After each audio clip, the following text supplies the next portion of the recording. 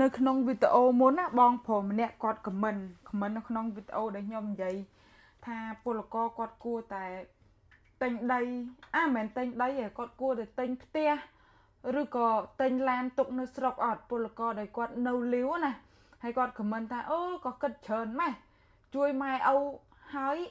នេះលុយទុកនៅក្នុងធនាគារទៅខ្ញុំគាត់ថាចាអឺមិនចាញ់មកបដៅគាត់អីប៉ុន្តែ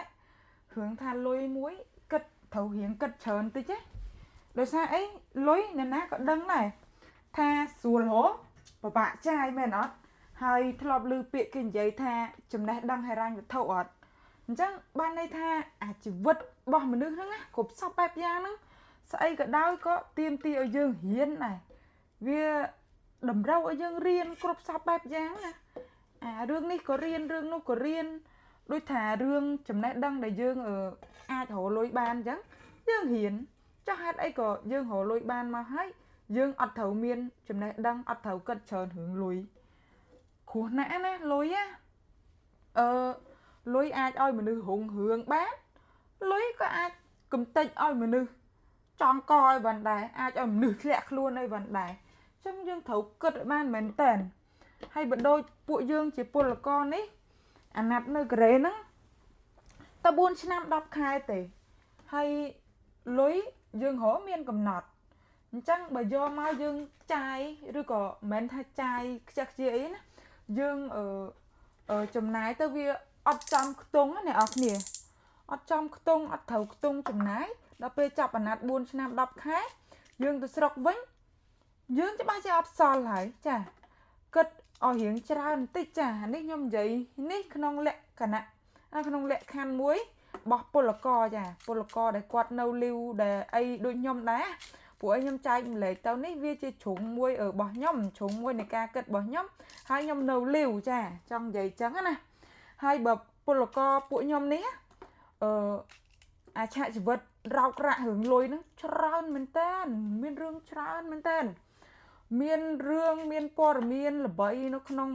បណ្ដាញសសរហ្នឹងណាដែលគេនិយាយពាក់ព័ន្ធជាមួយនឹងរឿងការទុកដាក់លុយកាក់ចាត់ចែងលុយកាក់ការប្រើលុយកាក់របស់ពលករហ្នឹងណា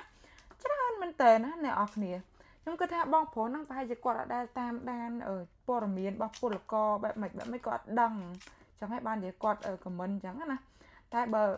ចំពោះពួកខ្ញុំដែលជាពលករនេះខ្ញុំឃើញព័ត៌មានមានច្រើនអ្នកខ្លះអ្នកនរគ្នាអ្នកខ្លះគាត់ធ្វើការគាត់ផ្ញើលុយជួយអ្នកផ្ទះអស់លីងជួយផ្ញើរហូតផ្ញើទៅជួយឥតលហើយរបៀបថាឲ្យអ្នកផ្ទះឲ្យអ្នកផ្ទះចាត់ចែងលុយគាត់ចេះតែផ្ញើទៅរបៀបផ្ញើទៅកាន់អ្នកផ្ទះហ្នឹងដូចជ្រោះអញ្ចឹងចេះតែដាក់ទៅបាតអញ្ចឹងណាអ្នកខ្លះទៅក៏គ្រួសារគាត់ខ្វះខាតមែនអញ្ចឹងគាត់ក៏ជួយអញ្ចឹងទៅខ្វះខាតចុះបើគ្រួសារពិបាកយើងមករកលុយដើម្បីគ្រួសារបើគ្រួសារពិបាកយើងជួយតែអ្នកខ្លះទៀតក៏ជួយតិចតួចតាមនេះទៅដោយសារគ្រួសារគេមិនសូវខ្វះខាតចឹងដែរ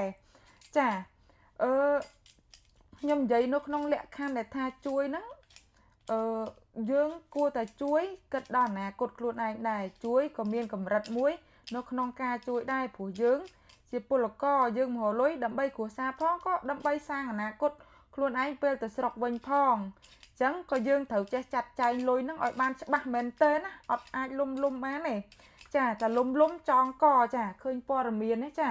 ចងកផ្ញើឲ្យអ្នកផ្ទះអស់អ្នកផ្ទះគាត់មិនដឹងយកទៅចំណាយលើអីខ្លះបូករួមជាមួយនឹងសម្ពាធរស់នៅសម្ពាធការងារឬក៏សម្ពាធស្នេហាអីផ្សេងទៀតទៅចាជីវិតពលករធ្លាក់ចូលទៅក្នុងសម្ពាធផ្លូវចិត្តច្រើនដល់ពេលធ្លាក់ចូលសម្ពាធផ្លូវចិត្តជំរឿចាមនុស្សសុញគំនិតគិតអីមិនចេញដើរដល់ផ្លូវតលជាប់មានរើសយកផ្លូវងាប់ហ្នឹងផ្លូវស្លាប់ហ្នឹងឯងចាឃើញព័ត៌មានជាច្រើនមែនតើអ្នកខ្លះមានបញ្ហាទៅទៀតណាឈឺស្កាត់នៅកូរ៉េហ្នឹងតែមានលុយព្យាបាលខ្លួនឯងណាខ្ញុំឃើញបងស៊ូលីគាត់ចេញវីដេអូថាពលករមិនមែនមិនឲ្យផ្ញើលុយទៅឲ្យអ្នកផ្ទះទេប៉ុន្តែផ្ញើឲ្យទុកដាក់ខ្លួនឯងផងផ្ញើក្នុងកម្រិតមួយដែលអាចជួយគ្រួសារបានសមស្របប៉ុន្តែត្រូវគិតខ្លួនឯងដែរយើងរស់នៅស្រុកគេក្បាលមួយតែម្នាក់ឯងទេពេលត្រូវការចំណាយចាំបាច់ឬមួយក៏ឈឺស្កាត់យប់ប្រលប់យើងត្រូវមានលុយសគួរដើម្បីជួយខ្លួនឯងត្រូវមានផ្លូវក្រោយសម្រាប់ខ្លួនឯង อดเมียนเนี่ยนะดังตกdương khéo từ bị dương khuôn ai năng tê chẳng á chẳngมันท้าចំណេះដឹងហិរញ្ញវត្ថុចាសូម្បីតាគុំនិយាយអ្នកមានប៉ុន្តែគាត់ថាបទពិសោធន៍រឿងលុយកាក់នេះអ្នកមានគេនិយាយគេធ្វើវីដេអូនិយាយចេញច្រើនពីចំណេះដឹងហិរញ្ញវត្ថុហ្នឹងអញ្ចឹងអ្នកអរគ្នាមិនមែនថានិយាយទៅប្រៀបធៀបឬក៏លើកទៅលោកគ្រូជោគជ័យអីណាប៉ុន្តែអានេះតាមអីដែលខ្ញុំបានរៀនមកអញ្ចឹងអ្នកដែលគេមានហ្មងប៉ុន្តែគេមិនតាំងខ្លួនគេជាគ្រូជោគជ័យគេគ្រាន់តែចែករំលែកពីបទពិសោធន៍ដែលគេបានធ្វើហើយទៅគេល្អប្រសើរអញ្ចឹងណាហើយយើងក៏រៀនតាមគេទៅគេអ្នកមានគេចែករំលែកយើងរៀនតាមគេទៅមានទៅខាតបងអីមែនទេចាចឹងឲ្យយល់ពាក្យថាចំណេះដឹងហិរញ្ញវត្ថុលុយស្រួលពិបាករកតែស្រួលចាយចាហើយណាមួយពលករដូចពួកយើងទៅទៀតវាហានិភ័យខ្លាំងបើសិនជាយើងរៀបចំអត់បានច្បាស់លាស់ចាវាពិបាកពេលទៅយើងទៅខ្មែរទៅអីវិញណាដូចថាយើងមិនយកលុយហ្នឹងទៅខ្ជះខ្ជាយលេងល្បែងឬក៏ស្អីស្អុកដែលវាជារឿងអត់ប្រយោជន៍ទេយើ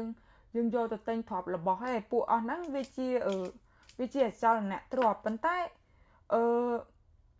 អចលនៈទ្រព្យហ្នឹងវាមិនមែនជាអត្តភាពទី1សម្រាប់ជីវិតចាយើងត្រឡប់ពីកូរ៉េទៅយើងផុតអាណត្តិចប់ពីកូរ៉េទៅយើងមិនមែនមានតឡានមួយមានផ្ទះមួយជីវិតយើងរស់បានណាមែនទេ